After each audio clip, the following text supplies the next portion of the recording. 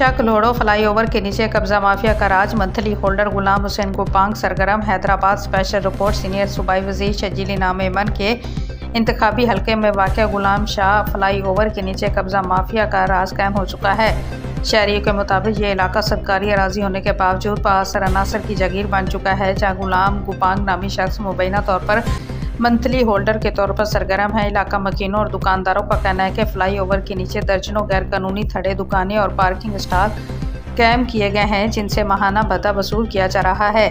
ज़राए के मुताबिक भत्ता की मद में गुलाम गुपांग बाकायदा रकूम इकट्ठी करता है और मुबैना तौर पर यह रकम बाअसर शख्सियत और कुछ अफसरान तक पहुँचती है।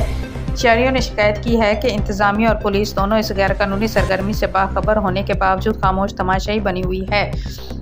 फ्लाईओवर के नीचे तजावज़ात के बायस ट्रैफिक में रुकावट, कचरे के ढेरों और जराइम में इजाफा हो रहा है। समाजी रहनुमाओं का कहना है कि ये इलाका सीनियर सूबाई वजीर के हलके में आता है, जहाँ कानून की हुक्मरानी के बजाय कब्जा माफिया ने अपना निज़ाम कायम कर रखा है।